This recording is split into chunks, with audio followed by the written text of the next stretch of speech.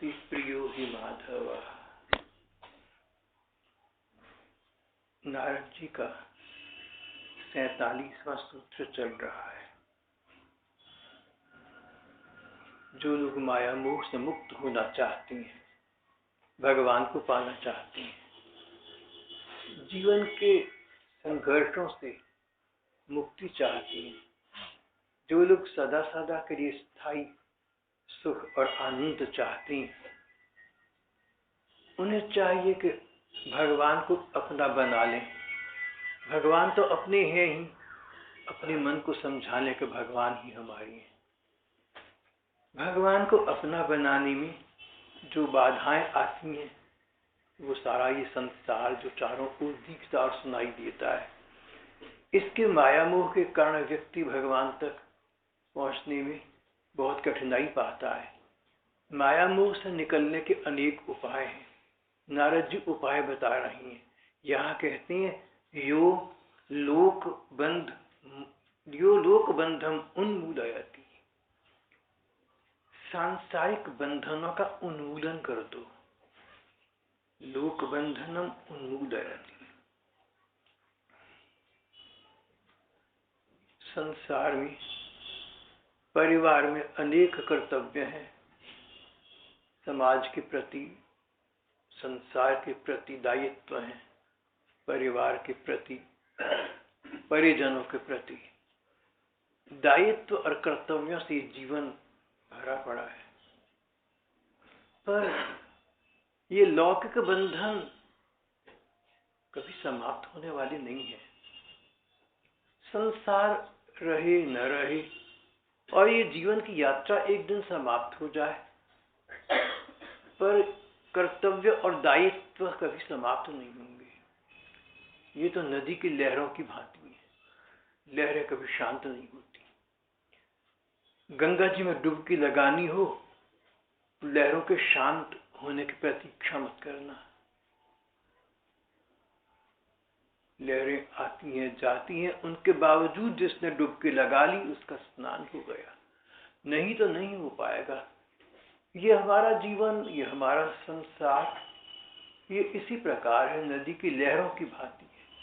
ये नदी की भांति है, इसमें लहरें तो उठती रहेंगी, कभी सुख, कभी दुख, कभी दायित्व, कभी कर्तव्य। अनेक प्रकार के रूपों में बाधाएं आएंगी हमें भगवान से विमुख करने के लिए। हमने उन बाधाओं को उन्मूलन करना है, उनका अतिक्रमण करना है। हमने उनके प्रतिकूल, हमने उनके बावजूद आगे बढ़ना है।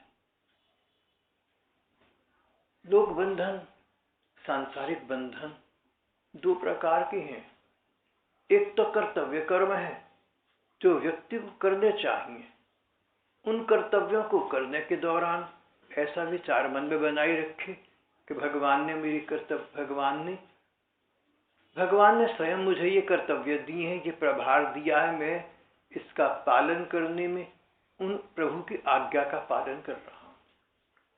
लेकिन गहराई से देखने पर पता चलेगा कि बहुत से कर्तव्य, बहुत से दायित्व हमारे अपने बनाए हुए हैं, वास्तविक नहीं है। नारद जी ने उनके लोक बंधन शब्द का प्रयोग किया है। लौकिक बंधन जो हमने अपने पर आरोपित कर लिए हैं।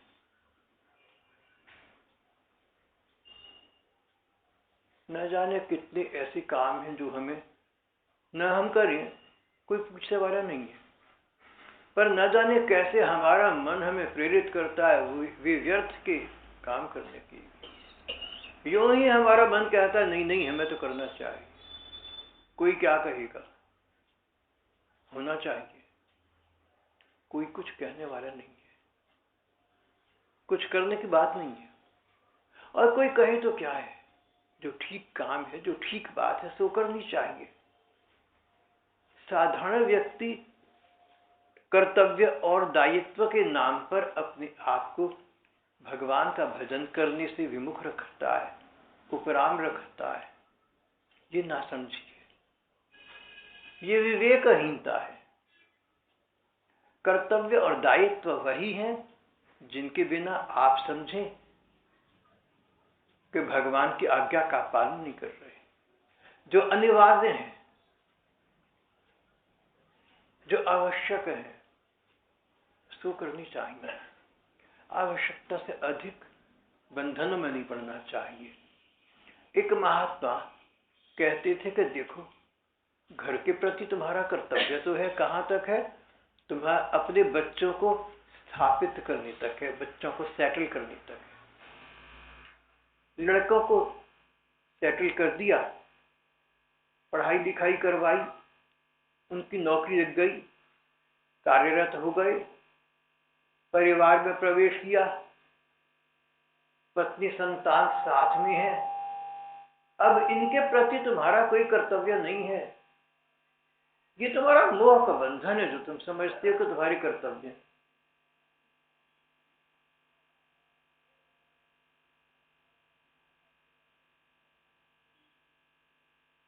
जब बच्चे बड़े हो गए, अपने अपने स्थान पर लग गए, उनको विश्वास है कि उनको समझ आ चुकी है, तो उनके दायित्व प्रतीत करना व्यर्थ का बंधन है। वो भी नहीं चाहते। मैंने कितनों को देखा, बुजुर्गों को देखा, बच्चों को लगता है कि बड़े बुजुर्ग हस्तक्षेप कर रहे हैं। एक अंकल जी आते थे यहाँ हमारे सत्संग में, नॉर्टन मोटर्स हार्वर्ड सर्कस के, शायद उसका नाम गोल चक्कर कहते हैं लोगों से। तो नॉर्टन मोटर्स के मालिक थे, बड़े दुखी थे, सत्संग में आते थे। एक तरफ कहते थे कि मैं कई कई गोलियां खाकर सोता था, नींद नहीं आती थी, मेरी पत्नी और मैं बड़े परेशान रहते थे। जब से नाम जप का आश्रय लिया, देखते देखते अपने आप नींद आ जाती है। अब वो समस्याएं नहीं। सत्संग का उन्हें इतना महत्व बोध था, पर अपने बच्चों की चिंता किए बिना न रहते थे। पहले लड़का था, लड़का समझदार था, सब काम संभाल रहा था। कहते इसका समझ नहीं है, मैं इसको समझाता हूँ।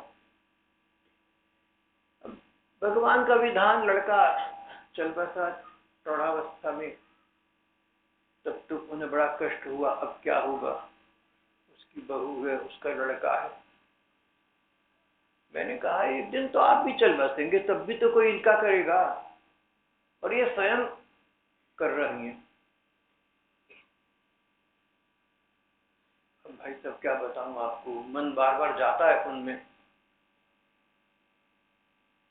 एक दिन चले गए, और उनके बाद उनकी पत्नी का उनकी पुत्रवधू का कहना है, उन बाबूजी की पुत्रवधू का कहना है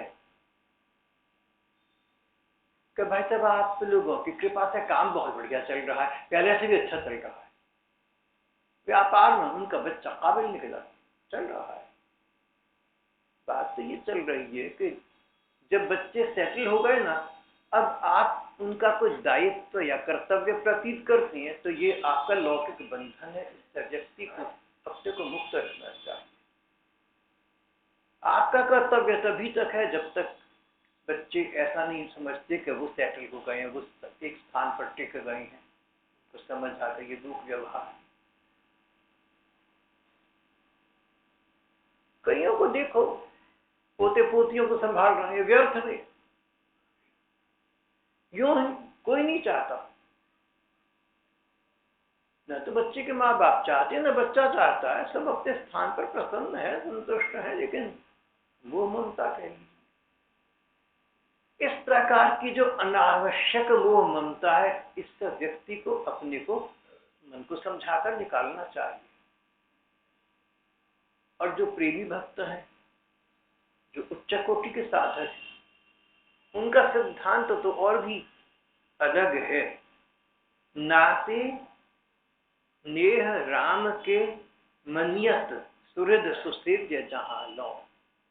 प्रातः स्मरणीय श्री गोस्वामी तुलसीदास जी महाराज ने कहा कि संसार में तुम अपने रिश्ते नाते वही मानना, उतने ही मानना जो तुम्हें भगवान तक पहुंचाने वाली, कम से कम तुम्हारे भगवत पथ के मार्ग में बाधा न। ये बात बड़ी महत्वपूर्ण है। घर के परिवार की परिजन, रिश्तेदार, घर के लोग और रिश्तेदार जो आपके साथ भजन करते हैं उनका संग बढ़िया है।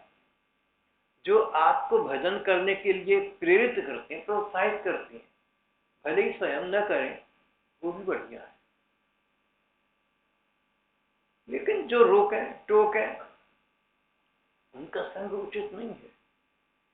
और कई ऐसे जो रोकते टोकते तो नहीं, लेकिन उपराम रहते हैं, इस विषय में शांत रहती हैं।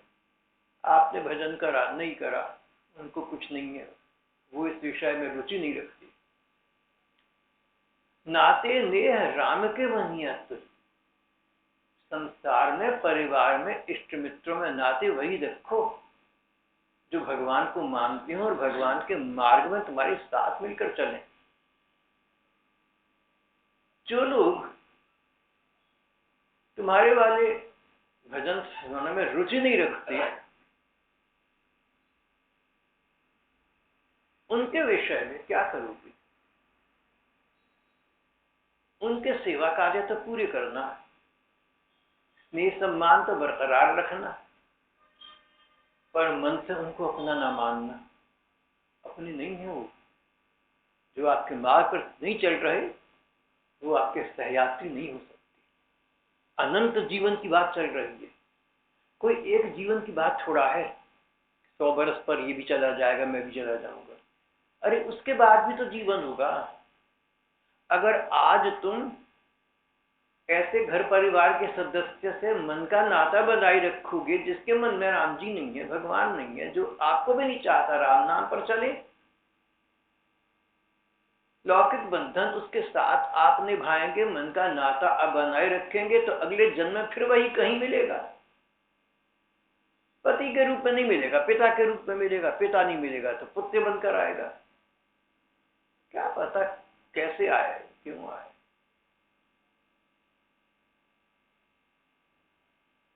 कोई मित्र बनकर आए, कोई पशु बनकर आए, कुछ नहीं पता अगले जन्म में क्या होगा। लेकिन जिन लोगों के साथ लौकिक बंधन का नाता मन से बनाया हुआ है, धर्म ग्रंथ कहते हैं अगले जन्म में वो लोग किसी न किसी योनि में आपको प्राप्त अवश्य होंगे। और जो इस जन्म के उनके साथ के आपके अच्छे और बुरे कर्म बंधन है, उनका फल तब भोगना होगा। नाते नेह राम के मनियत,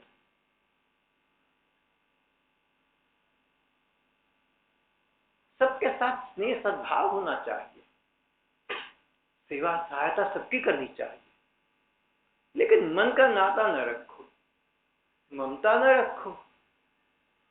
ये न सोचो कि इनके लिए मैंने कुछ करूंगा तो कौन करेगा, मेरा कर्तव्य बनता है, मेरा दायित्व बनता है। देखो दायित्व बनता है ना और कर्तव्य बनता है, अगर ये उचित ही है तो जो परम पिता है उनके प्रति कर्तव्य नहीं बनता। जो परम पिता है उनके प्रति कर्तव्य नहीं बनता। अगर पति के प्रति कर्तव्य तो उचित है, फिर परम पति के साथ ही कर्तव्य निभाना। पति के साथ संबंध इस जन्म जीवन तक का है, परम पति के साथ संबंध पहले भी था और आगे भी रहेगा अनंत। पति तो उस परम पति की छाया मात्र है।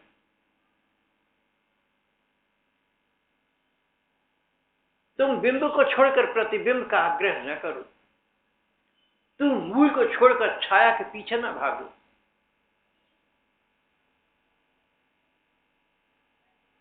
पिता के प्रति कर्तव्य है तो क्या परम पिता के प्रति कर्तव्य नहीं है?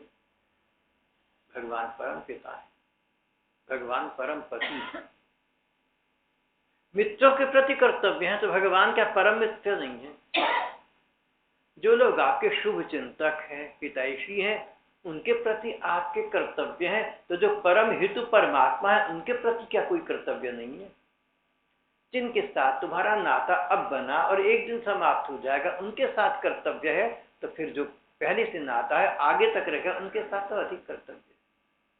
उस परम कर्तव्य को निभाना उचित है। देते नाते नेह राम के मन्यत।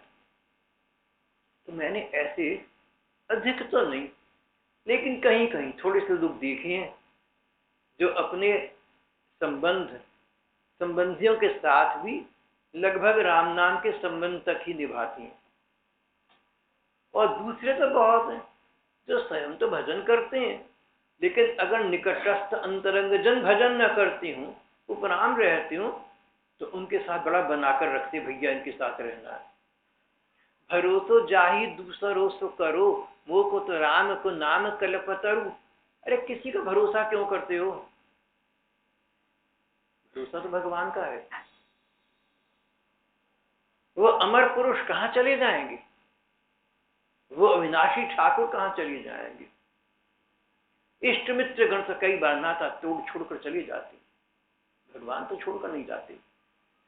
उनके साथ संबंध निभाना, नारद जी कहते हैं, इतना महत्वपूर्ण है कि लोक बंधनम उन्मूलयति। भगवान के भजन के मार्ग में कोई बाधा आती हो, कोई लोग बाधा लाते हो, उपराम रहते हो, उनसे संबंध का मानसिक उन्मूलन कर दो। मानसिक, मन के स्तर पर संबंध वही है जो मन मानता है। तो दूसरे के प्रति सेवा सद्भाव और कर्तव्य करते हुए अगर मन से अपना नाता नहीं रखा, तो आपको कर्म बंधन का फल नहीं भोगना पड़ता। कर्तापन का आप में अभिमान नहीं है, तो कर्म का फल आपको कैसे मिलेगा? और जिन भगवान के लिए मन का निर्माण इस प्रकार का किया, मन को मोड़ा, वे भगवान कहीं चले नहीं गए हैं। जहां आपको आवश्यकता है वो आपके साथ होंगे। घर की ममता ने लोगों को मारकर रखा हुआ है, कहीं का नहीं छोड़ा। जिनके प्रति ममता है उनकी आपके प्रति कितनी ममता है कौन कहे? मैंने तो कई स्थान पर ये विडंबना देखी।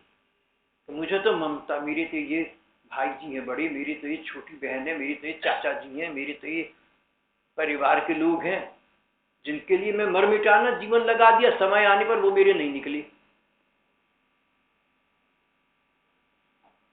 तो व्यर्थ की ममता। ये मेरे भाई के बच्चे का बच्चा है, मेरी ममता है। दूर दूर की रिश्तेदारी, फिर अपना हमारा आंखों का दृश्य दर्शन बदल जाता है।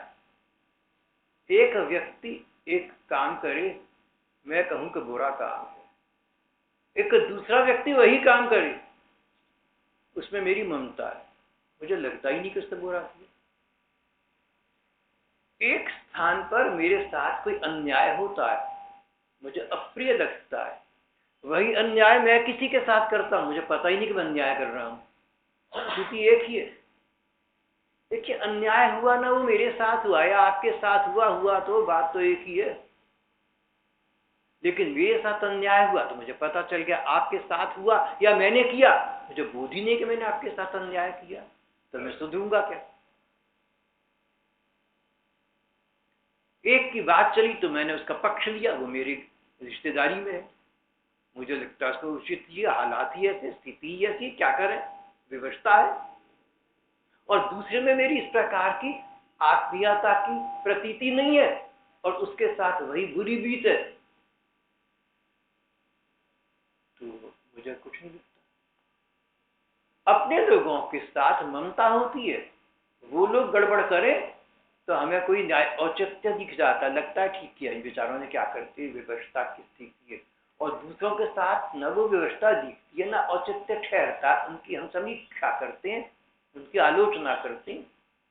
ऐसा होते मैंने बहुत देखा है, विचित्र लगता है मुझे। मैंने अपने को ऐसा करते कभी नहीं देखा। अगर आप लोगों को जीवन भर में कभी ऐसा लगे कि मैंने एक मापदंड आपके लिए रखा और दूसरा मापदंड दूसरे किसी के लिए रखा, प्लीज टेल मी, बताना मुझे।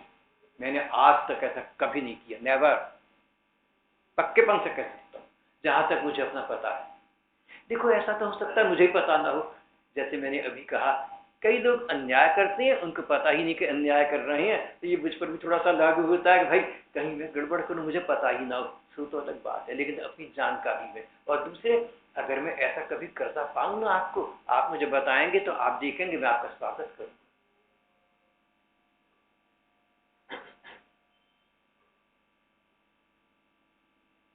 लोक बंधन का उन्मूलन करना, लौकिक बंधनों का त्याग करना आसान काम नहीं। अगर हम नारद जी के इस सूत्र को इसके उच्चतम स्थान पर ले जाएं, तो उदाहरण फिर वहीं आ गया गोपिकाओं का। उन्होंने स्वयं विश्वास था, भगवान से कह दिया था, ठाकुर श्याम सुंदर क्या समझ रहे हो तुम, तुम्हारे लिए हमने अपने निज जनों का, सदन संबंधियों का त्याग कर दिया। कारण सदन संबंधियों का त्याग करना बड़ा कठिन।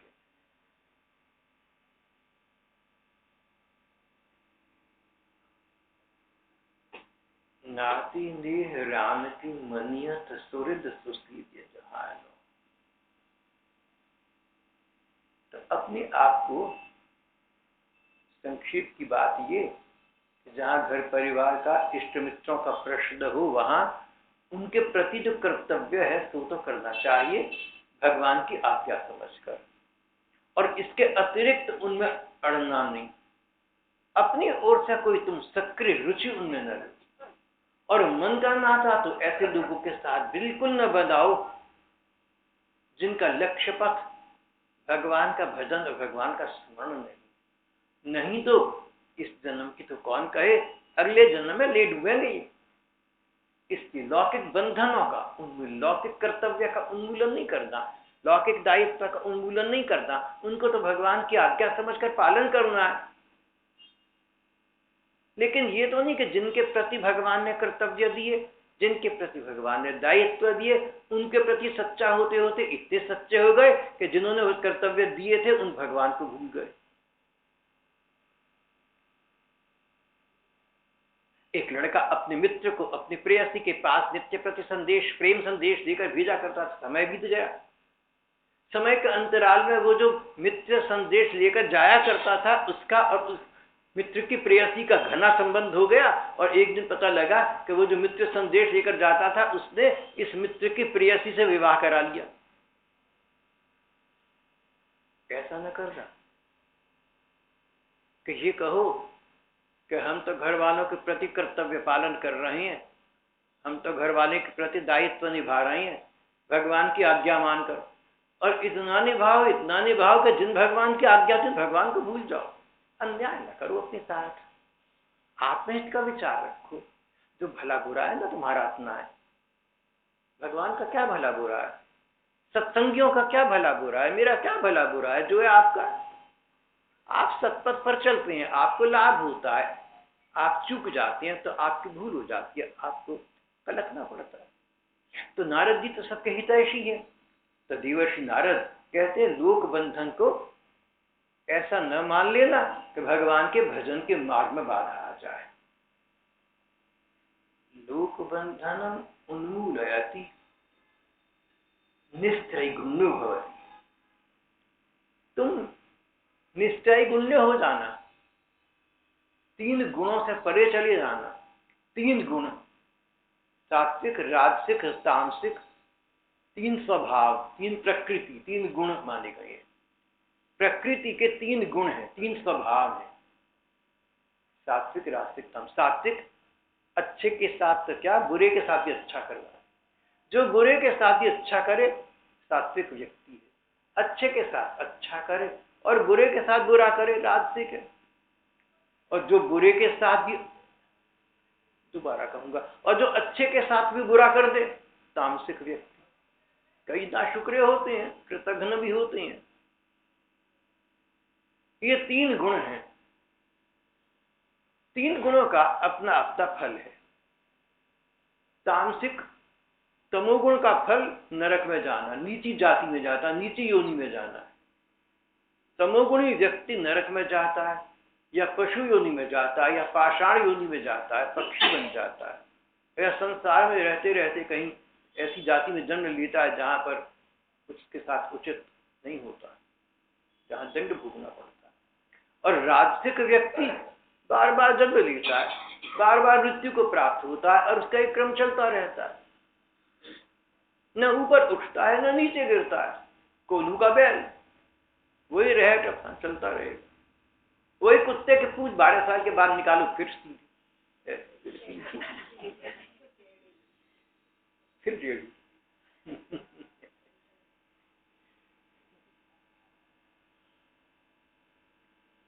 और सप्तगुणी व्यक्ति, सात्विक व्यक्ति, जो बुरा करने वालों के साथ ही अच्छा करता, उनका शुभ चिंतन करता, सात्विक व्यक्ति पुण्य को प्राप्त होता है, स्वर्ग सुख को प्राप्त होता है।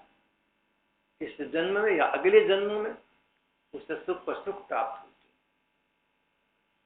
चाहे तो दुख प्राप्त हो कुकर्म करने से, तामसिक प्रकृति के कारण, चाहे सुख प्राप्त हो सात्विक कर्म वृत्ति के कारण से, रही तो संसार में। हमारे महात्मा इस विषय में एक बात कहते हैं। एक व्यक्ति को कारागार ले जाया गया, वहां बंद हो गया। अब लोह श्रृंखला लोहे की बेड़ियां पड़ी या स्वर्ण श्रृंखला सोने की बेड़ी पड़ी, गया तो कारागार में ही। इसी प्रकार चाहे तो पुण्य हो और चाहे पाप हो, कुकर्म हो या सत्कर्म हो, रही तो संसार में। संसार से परे जाने का क्या उपाय है? व्यक्ति इन 3 गुणों से अपने को अलग कर दे। यो निस्त्रय गुण्यो भवति, जो इन 3 गुणों से परे चला जाता है। गीता जी में भगवान ने ऐसा एक उद्गार प्रकट किया है, त्रैगुण्य विषया वेदा निस्त्रैगुण्यो भवार्जुन। ये 3 गुण वेदों का विषय है। अर्जुन, तू इन 3 गुणों से आगे निकलने का प्रयत्न कर। और आगे निकलने का प्रयत्न बता दिया, सर्वधर्मान परित्यज्य मामेकम शरणं व्रज, मेरी शरण में आता है। भगवान की शरण ग्रहण कर लेने वाला व्यक्ति संसार के मोह पाश और मोह बंधन और मोह निद्रा और मोह माया से मुक्त हो जाता है और भगवत चमक की प्राप्ति कर लेता है। शाश्वत शांतिम निगच्छति, उसे नित्य सुख की प्राप्ति हो जाती है, अमर सुख को प्राप्त कर देता है। भगवान की चरण शरण ग्रहण करना, भगवान में मन लगाना, भगवान का स्मरण करना, उनके नाम का जप करना, उनके रूप का ध्यान करना, प्रार्थना के रूप में मन की बातें उनसे कहना, ये कुछ उपाय है जिनको भगवान का भजन करना कहते हैं। भगवान का भजन करना ही व्यक्ति को भगवान के समीप ले जाता है।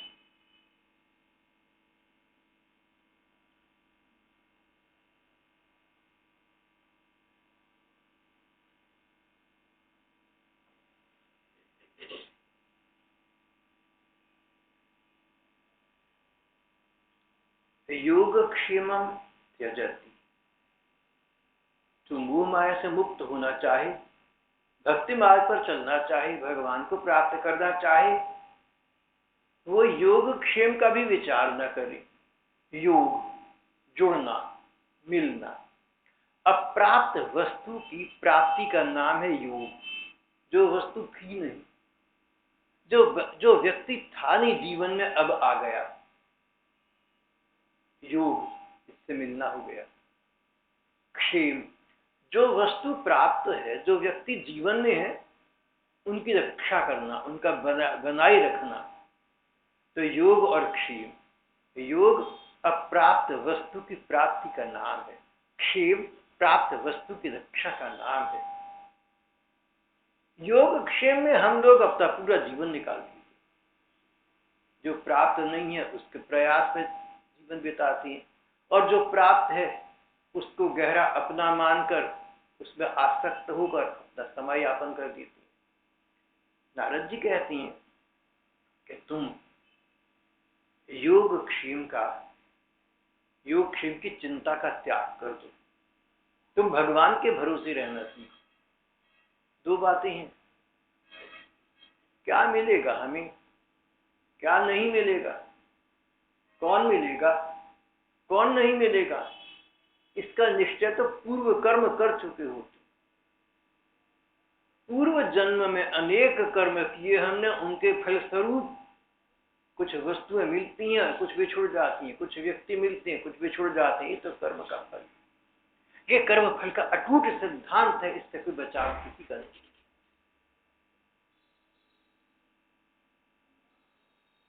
तो जिस वस्तु ने मिलना ही मिलना है, जिस व्यक्ति ने नहीं मिलना है, उसके लिए प्रयत्न करना अपने गिने चुने सांसों का नाश करना है। समय का व्यय व्यर्थ न करो। पता है कि ये तो होना ही होना है, तो भवितव्यता है, ये तो होनी है, ये तो होगा। पीछे से कोई शक्ति काम कर रही है। कौन सी शक्ति है पीछे काम कर रही है? हमारे पूर्व कर्मों का फल तो भोगना है। अब कर्मों का फल भोगना है, तो अब हम कामना करें किसी वस्तु की या व्यक्ति की, ये जानते हुए कि अगर पूर्व कर्म के फल के अनुसार ये व्यक्ति मिलना है, वस्तु मिलनी है तो मिलेगी, और पूर्व कर्मों के फल के अनुसार नहीं मिलना तो नहीं मिलेगी। तो इस प्रकार की वस्तु या व्यक्ति के लिए समय लगाना समय का नाश हो गया। इसका तो एक उपाय है। योगक्षेम वहन न करने के लिए एक उपाय बताया, भगवान का भरोसा रखना। पूर्व जन्मों के कर्मों के फलस्वरूप सुख दुख तो आते हैं, भाव अभाव तो आते हैं, कहीं मिलन है, कहीं वियोग है। संसार का नियम है, सदा से होता रहा है। उसको सहन कैसे करेंगे? जो होना है सो तो होगा, जो होना था सो हो गया। सहन कैसे करेंगे? भगवान का स्मरण करके, भगवान का भजन करके। जीवन में कोई ऐसी वस्तु नहीं है जिसका गुण भगवान से प्राप्त न होता हो, कोई ऐसा व्यक्ति नहीं है जिसके स्थान पर भगवान का स्थान न हो। अपने मन को समझा लेना चाहिए। योग और क्षेम, अप्राप्त वस्तुओं की प्राप्ति के लिए साधन करना, क्षेम जो है उनको बटोर कर रखना, संभाल कर रखना, ललचा कर रखना, जुटा कर रखना, किसी क्या कहलाते लॉकर में बंद करके रखना। लॉकर में ही बंद करती है, देखिए।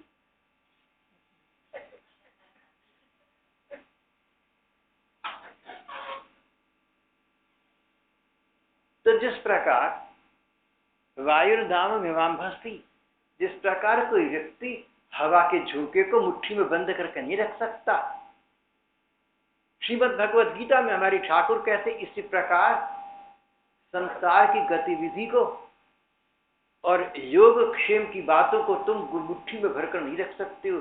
जो होना है तो होगा ही। उसको सहन करने की शक्ति भगवान के भजन से आती। भगवान के भजन के दो लाभ है, अप्राप्त वस्तु या अप्राप्त व्यक्ति का अभाव सहन करना, और दूसरा जब भगवान का भजन किया, किसी भी कारण से किया, तो आगे उन भगवान की प्राप्ति के बानक बन गए, भगवान की प्राप्ति का साधन बन गया। वही सर्वत्र वांछनीय वस्तु, वही चाहिए। योगक्षेमम त्यजति, योग क्षेम का भक्तजन त्याग कर देते हैं। अगर तुम भक्ति मार्ग पर चलना चाहते हो तो तुम भी योग क्षेम की चिंता न करो। भगवान का भक्त निश्चिंत रहता है, जो चला गया उसका विलाप शोक नहीं करता। अनागत की, जो अभी आया नहीं, अनागत की चिंता नहीं करता, आशंका में ग्रस्त नहीं रहता। हम लोगों का न जाने कितना जीवन का समय बीत जाता है दो बातों में। एक तो हमसे ये भूल हो गई थी, हम कलकते हैं, अरे बड़ा गलत कर दिया, ना करा होता तो ऐसा हो जाता। न जाने कितने लोग अपनी किसी युग में हुई भूल को याद कर करके अपने आप को दंडित करते रहते हैं, दुखी रहते हैं। मुझे मिलते हैं ऐसे लोग, बताते हैं ऐसी बात। एक सज्जन होंगे 35 बरस के, बीवी बच्चों वाली, वो बड़े कलपते रहते थे कि मेरा जीवन बहुत बिगड़ा था, मैं खराब था, मैंने ये करा, मैंने वो करा, कलपते रहते थे। एक दिन कहते मेरा जीवन करता है कि मैं हरिद्वार जाकर गंगा जी में जल समाधि ले लूं, डूब कर मर जाऊं। मैंने कहा पुरानी बातें हो चुकी, तुम्हें उनका दुख भी है, भगवान के नाम में लगो, परिवार है, उसके प्रति कर्तव्य पालन करो, डूब के मरने से क्या होगा। कहता मेरे से आपको कुछ फायदा है। मैंने कहा अब तो है क्या नहीं भगवान जाने, लेकिन मर गया तो बिल्कुल नहीं होगा, इसलिए तू जी ले, क्या पता मेरे काम आ जाए। अरे मरना तो तेरे हाथ में है, जब चाहेगा ना मरूंगी, जो क्या जल्दी है, फिलहाल जी ले। भगवान की कृपा से वो स्वस्थ हैं और शायद दादा नाना है। यहाँ पर बात ये चल रही है कि दो बातों में अपना समय लोग बड़ा नाश करते हैं। एक तो पूर्व काल में जो भूल हो गई उनको सोच सोच कर कलकती है कि अरे हमने तो गलत कर दिया। कोई कुकर्म हो गया तो घबराते रहते हैं कब क्या होगा। किसी ने हमारे साथ कोई अन्याय कर दिया, किसी ने हमारे साथ कोई अपराध कर दिया, किसी ने हमारा अपमान कर दिया, किसी ने हमें गलत समझ लिया, उसको सोच सोच कर हम पागल रहते हैं, कुछ लाभ नहीं है।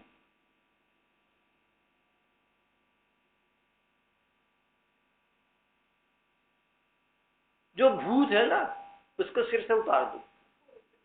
भूत पास्ट टाइम, भूतकाल, इस भूत को सिर से उतार दो। जो होना था हो चुका, भगवान का स्मरण भजन करो। दूसरे अपने जीवन का समय हम व्यर्थ नष्ट कर देते हैं आने वाले जीवन के विचार करके, अनागत की चिंता। आजकल तो ये रोग बहुत फैल गया है, कहीं कहीं मेरे भी सिम्टम हैं। अरे मुझे हो गया तो कौन देखेगा, क्या करूंगा। न जाने कितने लोग बड़े डरावने सपने बैठे बैठे दिखते रहते हैं, आगे के बड़े भयंकर सपने दिखते रहते हैं। ये ना हो जाए, वो ना हो जाए, जब समय आएगा देखा जाएगा। तुम तो ऐसा करो, भगवान का भजन स्मरण करो। शरीर चल रहा है ना, शरीर सक्रिय, अंग काम कर रहे हैं, भगवान का भजन करो। न करे भगवान, अगर वैसा समय कभी आया तो जिन भगवान का तुम आज भजन कर रहे हो तो he will not lag behind, पीछे नहीं रहेंगे। जिन बच्चों पर भरोसा करते हो वो तो भरोसा बच्चे तो भले ही छोड़ जाएं। जिन बड़ों पर भरोसा करते हो शायद वो पूरा ना कर सके, लेकिन जिसने भगवान पर भरोसा रखा वो कभी विफल निराश नहीं हुआ। तो अनागत की चिंता करने में हम अपना न जाने कितना समय नष्ट कर देते।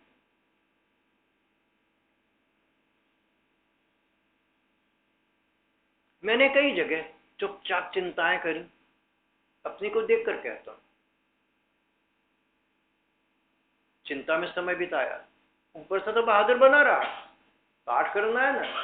चिंता जताऊंगा तो आप कहेंगे कि भाई साहब आपको इतनी चिंता, जरा सी बात किया, पाठ क्या कर रहे हो, कौन सुनेगा। तो देखो पाठ करना तो मेरी रोजी रोटी का सवाल है ना, तो आपको तो मैंने प्रसन्न करके रखना है।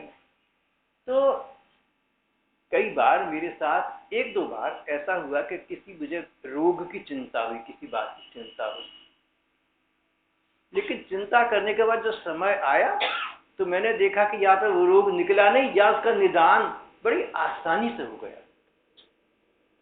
मैं इस विषय में अगर आपको विवरण दूंगा तो समय लंबा खिंच जाएगा, उसका लाभ नहीं। भाव कहने का ये है कि मेरे साथ अपना ये अनुभव है कि अगर मैंने कभी किसी बात की चिंता की, समय आने पर पता लगा कि व्यर्थ चिंता की, क्योंकि चिंता का कारण उपस्थित हुआ ही नहीं या उसका समाधान अपने आप तुरंत हो गया। भगवान है ना, सब कर देते। तो योगक्षेमम त्यजति, जैसे बच्चा माँ के भरोसे रहता है ऐसे हम माँ के भरोसे रहेंगे।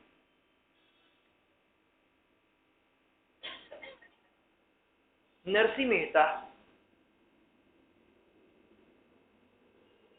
अभी कुछ 100 वर्ष पहले एक भक्त ब्राह्मण थे, करना धरना कुछ नहीं, विवाह हुआ, संतान हुई, भाई भाभी के सिर पे बैठी रहे। ये भाई भाभी कहती थी, मैं नहीं कहता, बड़े भाई भाभी कहते हो हमारे सिर पे बैठा हुआ, करता धरता कुछ नहीं, और वो अपने करताल लेकर हर वक्त भजन, श्री कृष्ण गोविंद हरे।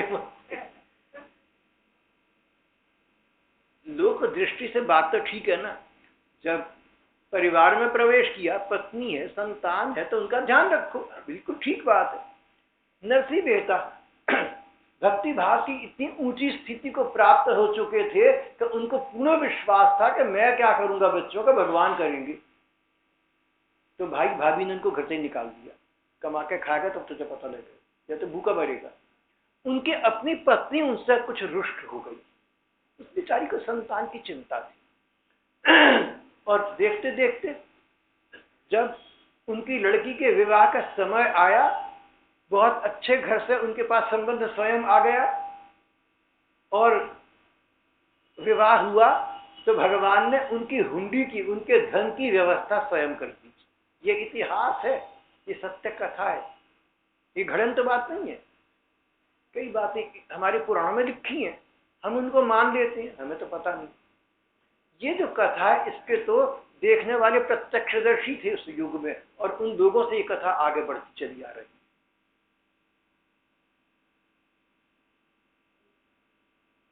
और एक भैया तो अभी भी हैं, गृहस्थ हैं, योगक्षेम भगवान पर छोड़ा हुआ है।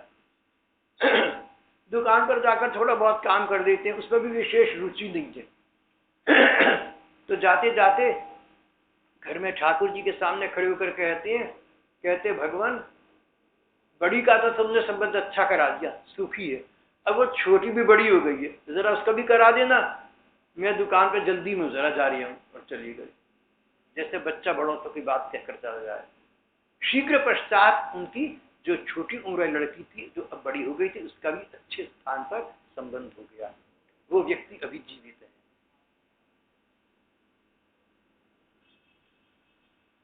भरोसा रखना होता है, भरोसे के साथ भरोसा रखना, तन मन वचन से भरोसा रखना है। मन मानी, और मन माने तो 24 घंटे माने, सतत, हर समय। ऐसा ना कभी मान ली और कभी ना मान ली, अखंड अविराम, हर क्षण मन मानी। मेरे ठाकुर हैं, मेरे सिर पर है, उनका वरद हस्त मेरी कंधी पर है, जहां मेरी आवश्यकताओं की भगवान पूरी करेंगे।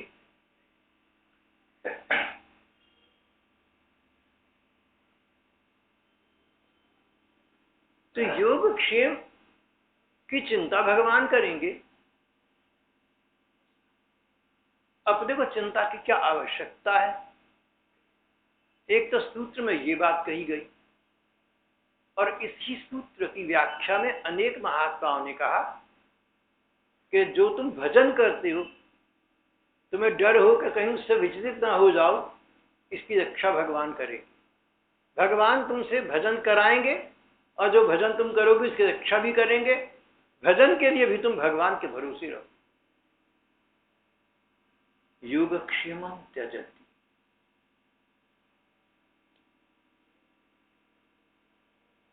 यहाँ हम आज का ये प्रसंग समाप्त कर देते हैं, समय हो गया है।